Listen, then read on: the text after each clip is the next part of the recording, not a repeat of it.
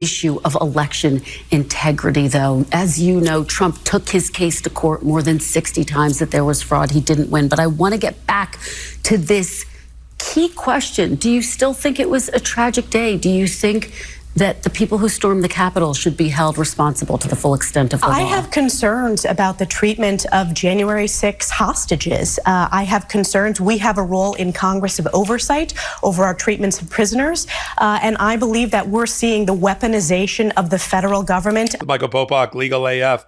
The longest serving judge on the D.C. federal court, Royce Lamperth, has a thing or two to say back to Elise Stefanik, and quotes like that, in which she finds that the Jan 6 defendants who all committed crimes and have been convicted and sentenced for them are somehow political hostages, political prisoners, were kept in a political prison or anything like that. Royce Lamperth took the opportunity in resentencing John Little, we'll talk about him in a minute, in the middle of his order, towards the end of it, to say the following back at that kind of quote from leaders of the MAGA world. I've never seen a federal judge, take time in an order about one defendant to reach out and comment negatively on what political leaders are doing. But here we have it. And let me read it for you. He says, in my 37 years on the bench, I cannot recall a time when such meritless justifications of criminal activity have gone mainstream. I have been dismayed to see distortions and outright falsehoods seep into the public consciousness. I've been shocked to watch public figures try to rewrite history, claiming rioters behaved in an orderly fashion like tourists, or martyrizing convicted Jan 6 defendants as political prisoners or even incredibly hostages. This is all preposterous. But the court fears that such destructive, misguided rhetoric could presage further danger to our country. The court cannot condone the shameless attempts by this defendant, Mr. Little, or anyone else to misinterpret or misrepresent what happened. It cannot condone the notion that those who broke the law on Jan 6th did nothing wrong, and that those duly convicted with all of the safeguards of the United States Constitution, including a right to trial by jury in a felony case, are political prisoners or hostages. So let me set the record straight. This is Judge Lamperth on page 5 of his order. Based on what I've learned presiding over many Jan 6 prosecutions, he's presided over 12, the most of any judge, hearing from dozens of witnesses, watching hundreds of hours of video footage, and reading thousands of pages of evidence. This is again a retort against Donald Trump, who calls them political prisoners and political hostages and says he's going to free them if he ever has his presidency restored.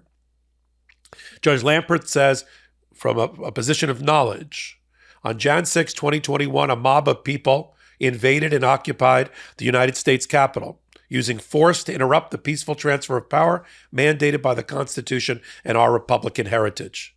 This was not a protest that got out of hand. It was a riot, in many respects, a coordinated riot, as it is clear from the cases before me, including, and he cites a couple of the cases that he's currently handling, Hostetter and Worrell. Protesters would have simply shared their views on the election, as did thousands that day who did not approach the Capitol. But those who breached and occupied the Capitol building and grounds halted the counting of the Electoral College votes required by the 12th Amendment.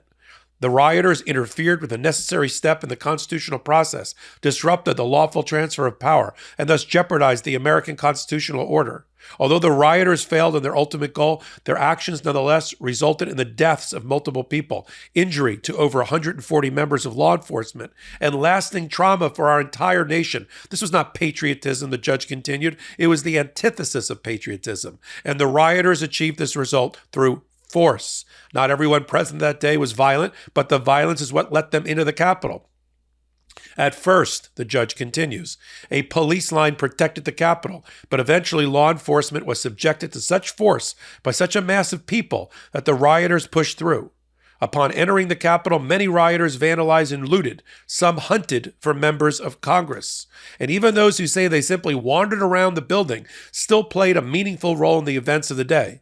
As the D.C. Circuit recently explained, the appellate court, in an opinion upholding a defendant's jury conviction of disorderly or disruptive conduct, and he quotes from his bosses on the D.C. Court of Appeals in the Alford case, Alford's entry into the Capitol, alongside dozens of others, directly contributed to the Congress's need to recess to ensure the safety of its members. Indeed, entering the Capitol as part of a crowd rather than a lone individual magnified the disruptiveness of his presence. Each additional person, no matter how modestly behaved, increased the chaos within the building, the police's difficulty in restoring order, and the likelihood of interference with the Congress's work.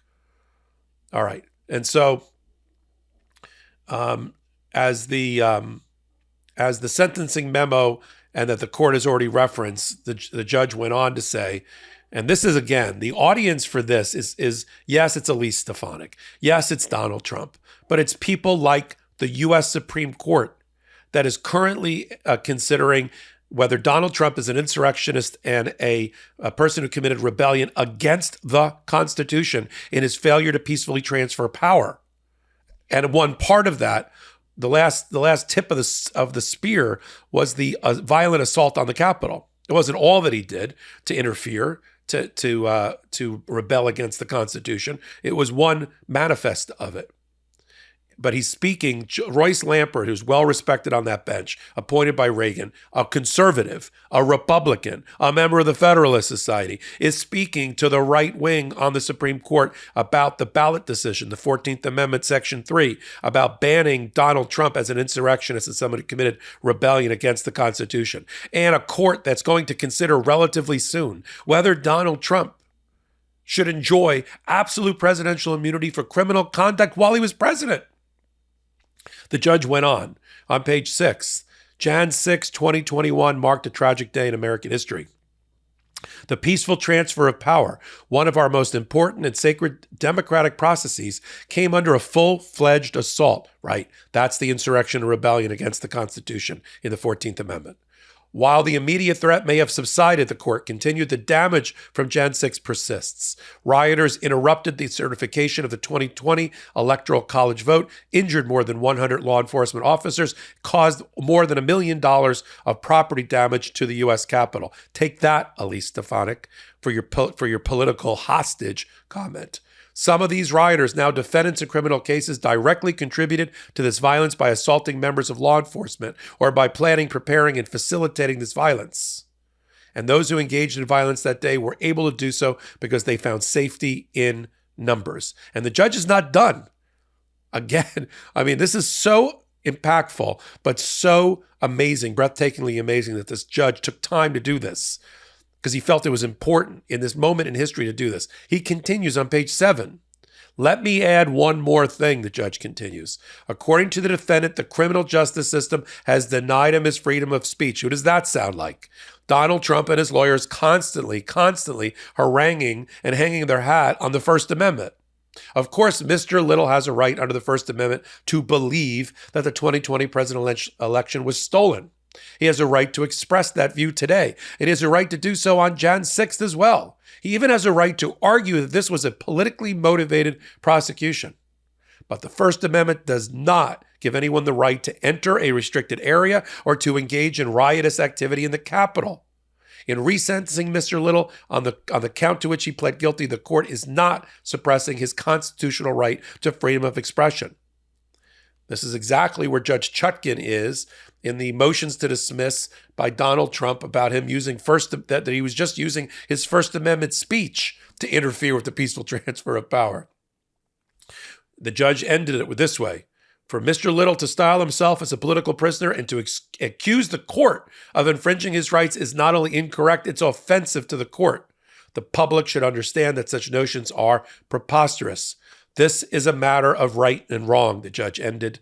Little cannot bring himself to admit that he did the wrong thing, although he came close today. Who does that sound like, except for the close part? So it is up to the court to tell the public the truth. Mr. Little's actions and the actions of others who broke the law on Jan 6th were wrong. The court does not expect its remarks to fully stem the tide of falsehoods, but I hope a little truth will go a long way. Royce C. Lampert, United States District Judge. I mean, I just can't express to you as a 32-year member of the bar how powerful that notion is. He's following Royce Lampert. He's standing on the shoulders of Beryl Howell, the chief judge, former chief judge of that same court, who was responsible for most of the grand jury proceedings against Donald Trump and others, when she made her speech in front of Lisa Monaco, the number 2 member of the Department of Justice. And she said there, falsehoods matter.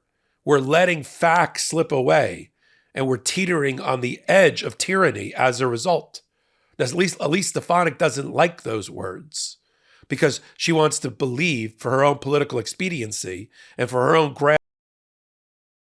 vice presidential running mate for Donald Trump, that these are political hostages. She wants to reshape what happened that day, right? Like calling Pearl Harbor's attack, or the Japanese attack on Pearl Harbor, just a set of tourist planes that got out of control and accidentally crashed.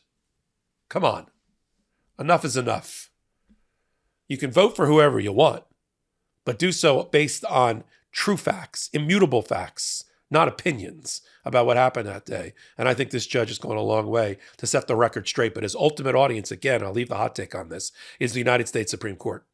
And the other, quote, small c conservatives and Republicans that are on that court, and particularly Chief Justice Roberts, that's his chosen audience. We'll see what happens. There's an oral argument on the 14th Amendment, Section 3, disqualification of Donald Trump on the 8th of February before the United States Supreme Court. We'll follow it right here on the 2 million strong MeidasTouch Network and on Legal AF every Wednesday and Saturday at 8 p.m. Join me there. If you like this kind of analysis, this kind of content where we don't blow smoke or sunshine, give me a thumbs up and leave a comment. Until my next hot take, until my next Legal AF, this is Michael Popok reporting. Hey, Meidas Mighty. Love this report? Continue the conversation by following us on Instagram at MeidasTouch to keep up with the most important news of the day. What are you waiting for? Follow us now.